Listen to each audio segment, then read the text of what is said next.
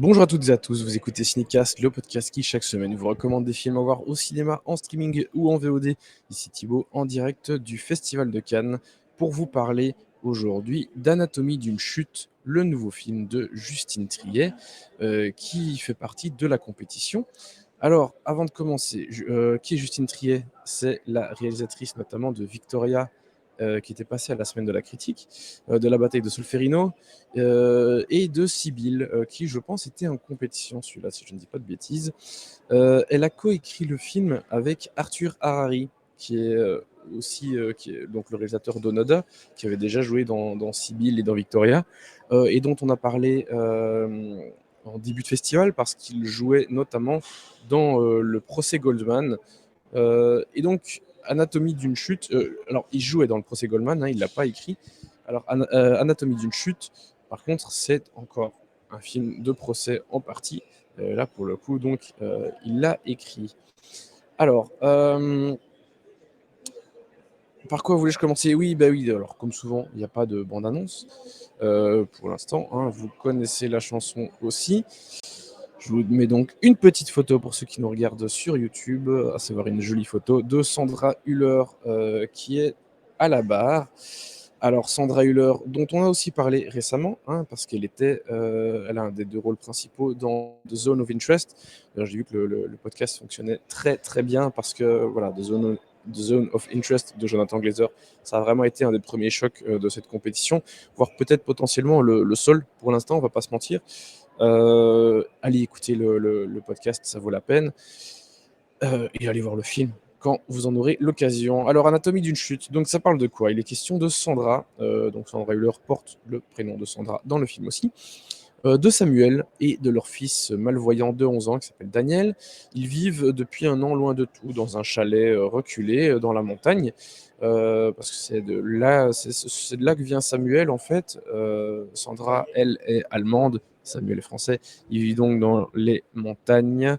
Et puis, un jour, malheureusement, on va retrouver Samuel mort au pied de la maison, du chalet. Et forcément, une enquête va être ouverte, hein. Est-ce que c'est une mort suspecte? Enfin, c'est une mort suspecte, mais va donc se poser la question de savoir si c'est un suicide ou pas. Mais Sandra va être inculpée malgré le doute.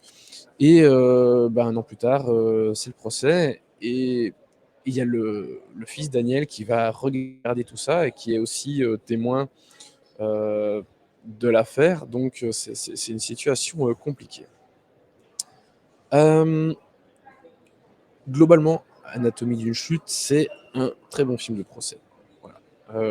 Je vous le dis d'emblée, je préfère quand même le procès Goldman, hein, quitte à devoir comparer deux films de procès récents, qui viennent de passer au festival. Je préfère quand même le procès Goldman, que je trouve un peu plus percutant dans sa façon de raconter les choses. Mais Anatomie d'une chute, c'est vraiment très très bien. Parce qu'évidemment, il y a toute la question de la culpabilité ou non de Sandra, qui est importante. Et il y a aussi, voire surtout, je trouve, la gestion de, de l'enfant, de Daniel, qui est donc qui assiste au procès, qui a été témoin, c'est lui qui a retrouvé le corps de son père à l'époque, et qui certains souvenirs qui sont parfois flous. Et donc tout ce qui découle de ça, ce qui est intéressant, c'est évidemment de savoir qu'est-ce qu'on a vraiment vu ou entendu, qu'est-ce qu'on imagine, à quel point les personnes remplissent un peu les trous eux-mêmes. Euh, Comment est-ce qu'on gère le fait qu'un enfant soit témoin du procès de sa mère parce qu'ils vivent sous le même toit. Alors évidemment, à un moment, la justice va faire en sorte qu'ils peuvent toujours vivre ensemble, mais qu'une personne extérieure soit là, hein. Il n'est pas question que eux parlent du procès chez eux. Il n'est pas question que la mère, qui est l'accusée, aille dire des choses à son fils pour se dédouaner. Et donc toute cette question, toute cette gestion purement logistique du procès est hyper intéressante. Et c'est vraiment une des parties les plus réussies du film, je trouve. Euh, Évidemment, le procès en tant que tel, enfin moi, voilà, je suis toujours assez client des films de procès. ça blablate beaucoup, mais ce qui est intéressant, c'est évidemment de voir, comment chaque, enfin les avocats de chaque partie, comment est-ce que chacun gère ça. Comment est-ce qu'ils les attaquent, à quel point ils vont dans l'attaque, voir les plaidoiries et cetera. Ça, c'est toujours assez, passionnant, je trouve et c'est une fois, encore assez réussi ici. Évidemment, le film ne serait rien sans une pléthore d'éléments, dont les comédiens, bien entendu. Sandra Hüller ici, déjà qu'elle était très bien dans The Zone of Interest, ici elle est encore plus incroyable, je trouve. Elle doit vraiment porter, enfin tout le film. Alors oui et non, parce qu'il y a évidemment il y a les avocats qui ont beaucoup de choses à jouer, il y a le fils, donc elle est pas, centrale, enfin elle est centrale, mais c'est pas la personne la plus importante sur ce sur quoi, tout repose. Mais, ce qui est, elle a un rôle évidemment quand même essentiel et sa prestation passe énormément par les visages et ça j'ai l'impression que c'est, une quelque chose de plus, qui était très important dans les films vus, dans ce festival, c'est qu'il y a énormément de choses qui passent, par les visages, par le non-dit. En tout cas, ça me marque plus que d'autres années. Il y en a dans tous les films, il y en a toujours eu, hein, je il y a personne qui a rien inventé ici. Mais voilà, j'ai l'impression qu'il y a beaucoup plus de choses qui reposent là-dessus, cette année et je trouve ça très bien. Par contre, évidemment, il y a aussi, énormément de dialogues, hein. On est dans un film de procès, donc Swan Arlo dans le rôle de Samuel, l'avocat, de Sandra, il est top de chez top. Antoine Reinhardt dans le rôle de l'avocat général, je le trouve odieux, enfin odieux, oui, dans sa façon d'attaquer, parfois je le trouve un peu odieux. Après, il fait son travail d'avocat général, hein, à savoir de trouver, la vérité et enfin de faire en sorte que Sandra, qui est la coupable toute trouvée, soit, reconnue coupable. Mais il y a pas mal d'autres rôles qui sont vraiment bien. Samuel Theiss, donc dans le rôle de Samuel, le papa, qui a donc été, enfin, a-t-il été assassiné, ou s'est-il suicidé ou autre? Il a il y a pas énormément à faire, mais à chaque fois qu'il est là, il crève l'écran, je trouve.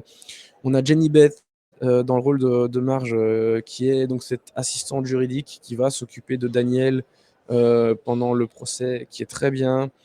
Et puis, bah, évidemment, Daniel, hein, je voulais terminer par lui, incarné par, Milo Machado Graner, qu'on a déjà pu voir, dans deux trois trucs, notamment dans En attendant Bojangles et dans 8 rues de l'humanité. Pas des grands films globalement, mais enfin ici, je trouve qu'il crève l'écran. Il est vraiment très, très bien et il a pas un rôle facile à jouer, loin de là. Donc vraiment, chapeau, à Milo Machado Graner, que je trouve vraiment fantastique. Et voilà, globalement fantastique. Oui, alors, oui, le film l'est. Le film est vraiment bien. Oui, fantastique, c'est peut-être un peu beaucoup. Mais le film est vraiment bien. Ça reste un film de procès vraiment écrit au cordeau, très bien tenu, euh, très bien incarné au niveau des personnages. Mais dans sa logistique et dans son organisation globale, je le trouve vraiment, voilà, c'est carré dans l'écriture, dans l'enchaînement des scènes, dans les différentes péripéties, les surprises du procès. Voilà, tout ça, je trouve que c'est vraiment bien foutu et ça fait que on voit pas le temps passer alors que le film fait quand même 2 heures et demie.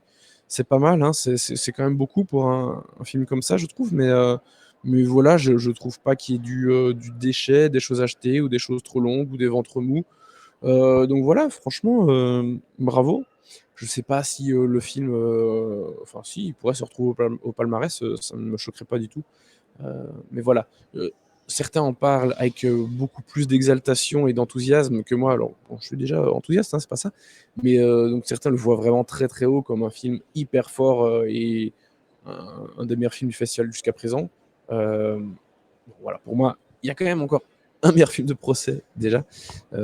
C'est donc le procès Goldman, mais voilà, Anatomie d'une chute, c'est très réussi. Et pour moi, c'est un très bon 3 étoiles, 3 étoiles et demie. Voilà. Sur ce, je vous dis, à très bientôt pour, d'autres podcasts, d'autres critiques des films, pardon, qui passent ici au Festival de Cannes. Suivez, le podcast sur, toutes les plateformes possibles et imaginables et je vous dis donc à très, très vite.